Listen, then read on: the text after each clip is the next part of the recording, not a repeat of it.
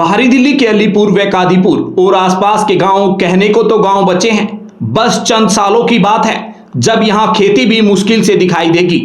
वजह यही है कि क्षेत्र में कृषि योग्य भूमि पर अवैध कॉलोनी काटने वालों का बोलबाला है, जो प्रशासन की मिलीभगत से 74 ग्राम सभा की जमीन पर अवैध कॉलोनी काट रहे हैं और उसके बाद मोटी रकम पर बेचते हैं, पैसा खाते हैं, डकार लेते हैं और प्रशासन भी सब हजम कर जाता है। आपको ले चलते हैं अलीपुर के कादीपुर गांव में, जहां अवैध तरीके से कृषि योग्य भूमि पर प्लॉटिंग करके भूमाफिया बेचने में लगे हुए हैं। दिल्ली के कादीपुर में आजकल भूमाफियाओं का बोलबाला है।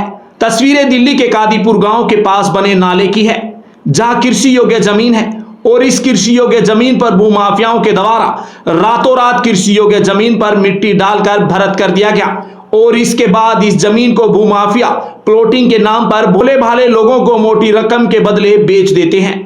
कमाल है कि आज से 1 साल पहले इसी अलीपुर के सिंगू बॉर्डर पर किसानों का आंदोलन चल रहा था और आज हालात ये है कि यहां कृषि योग्य जमीन को ही बेच दिया जा रहा है। कहीं ना कहीं इसमें प्रशासन की मिलीभगत की भी आशंका जताई जा रही है।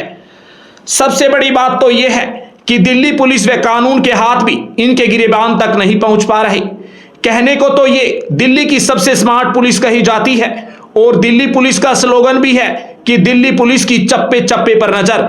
ऐसे में सवाल जरूर खड़े होते हैं कि सरेआम दिन दहाड़े भूमाफिया भला कैसे इतनी बड़ी संख्या में कृषि योग्य जमीन पर अवैध कॉलोनी काटते हैं और उच्च अधिकारियों के कानों तक जूं तक नहीं रेंगती और प्रशासन कोई कार्रवाई नहीं करता।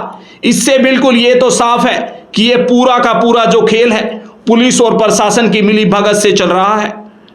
अब ये तो समय बताएगा कि क्या अवैध कॉलोनी काटने वाले भूमाफियाओं के ऊपर पुलिस और एसडीएम प्रशासन कोई कार्रवाई करता है या नहीं, या फिर ये भूमाफियाओं का गोरख धंधा ऐसे ही चलता रहेगा। ब्यूरो रिपोर्ट, दिल्ली समाचार।